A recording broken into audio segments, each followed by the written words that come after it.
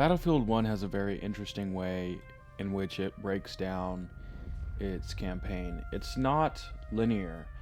You pick the mission that you want to play, and you get a different perspective of the battles that took place during World War I. I'm going to start off with stories from left to right. So the very first story we get is called Through Mud and Blood. In Through Mud and Blood, your 5-man tank crew has to be the vanguard for the United States Army, so you can push the line forward and win the war. This campaign is quite fun. It combines third-person and first-person gameplay that Battlefield is known for, like tank fights and fast-paced action, while hordes of enemies are thrown at you that you need to mow down.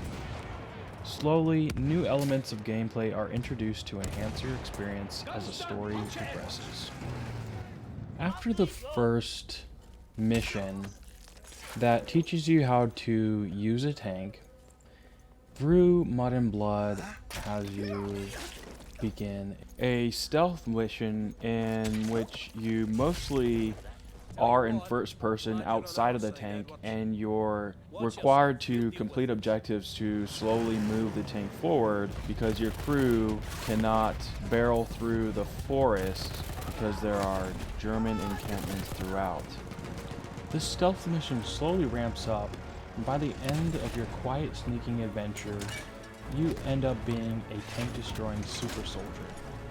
In fact, there are multiple stealth missions within Mud and Blood. Sadly though, the missions kind of just play out the same in exact way.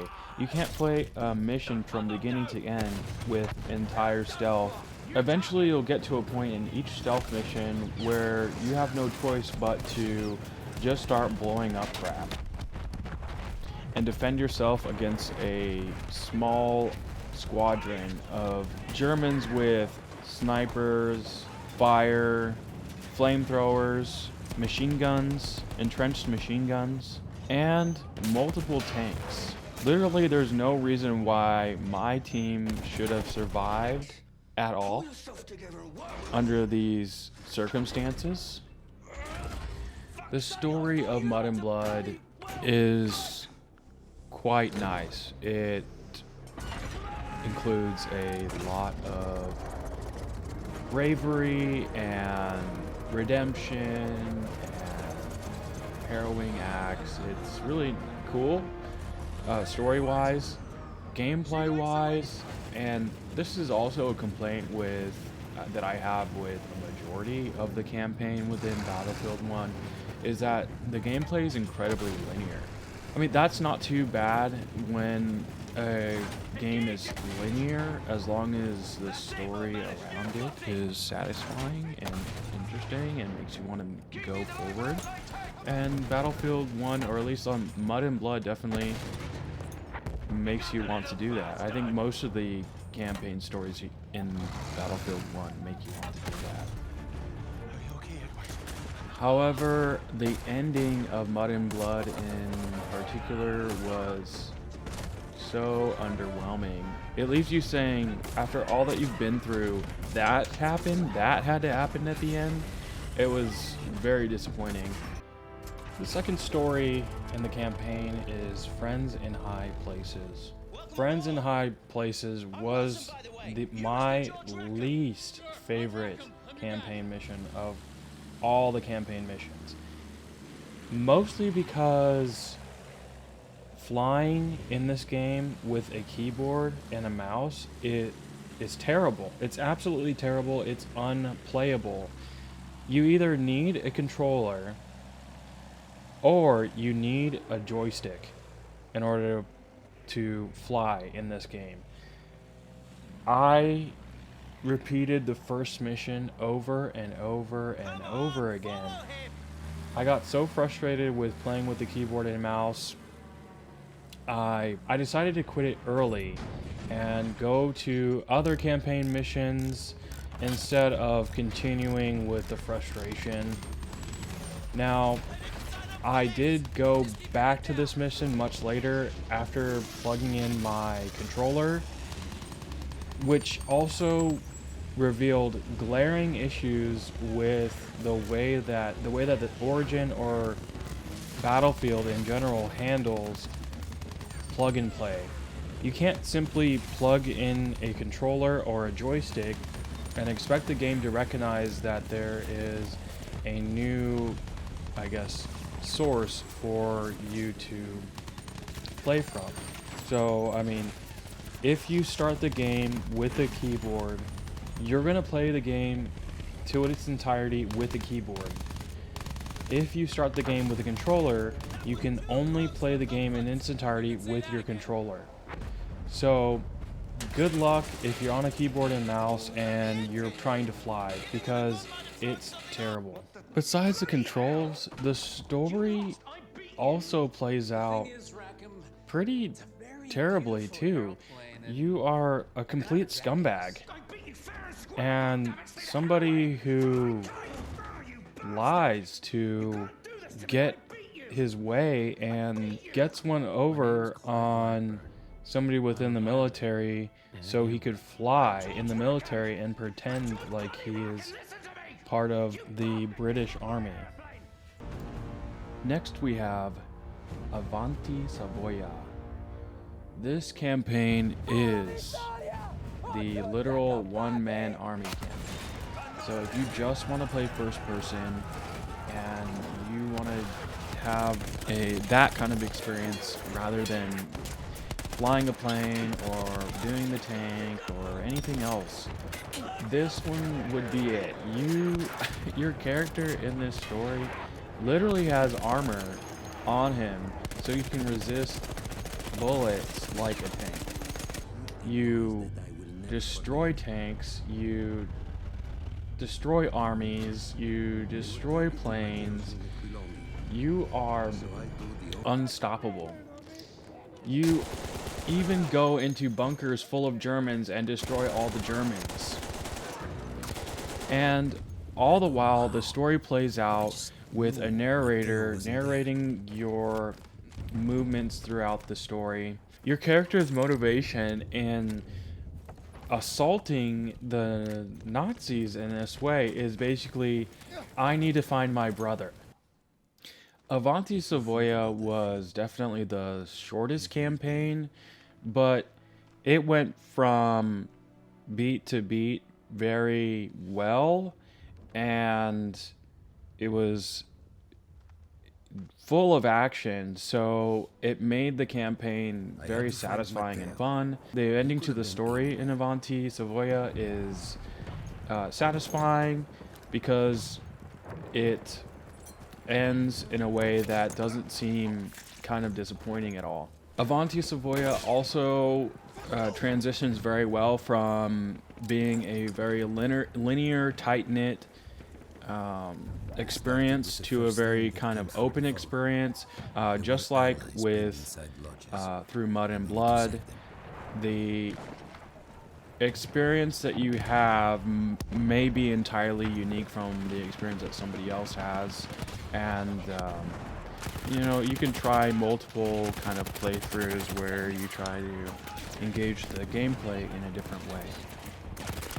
The gunplay within this campaign is also very cool because you get to play with a variety of machine guns, semi-automatic weapons, and vehicles that Battlefield 1 had. The Runner is the next campaign, and really there's not too much that I can say about this that I haven't already said about the other campaigns. So, interesting weapon selection, more of like a semi-automatic bolt action kind of rifle style of gameplay in this campaign story. You play as an Australian guy who, again, is a one-man army, and that's about it. That's the only real difference between this one and Avanti Savoia. Gameplay-wise, I felt like this was the most unfair campaign, where I was getting hails of bullets shot at me from all kinds of directions, and I would just die out of nowhere seemingly, and I had to reset a checkpoint over and over just to try to figure out what how many NPCs I had to kill before I can move forward. I feel like this was probably the worst first-person campaign because it had all the bad tropes of, other FPS campaigns. The runner also had the least amount of gameplay changes. It didn't really add anything in the gameplay perspective, and the enemies that you fight are pretty much exactly the same as enemies you fought in previous campaigns. Only the enemies are no longer Nazis, they are the Ottoman Empire. The runner also has the smallest maps with the least amount of interesting things to do. So I don't feel like the runner is a story that I would be interested in playing more than once. Nothing Written is the final story in the campaign, and it definitely steps it up on every single level compared to all the previous storylines.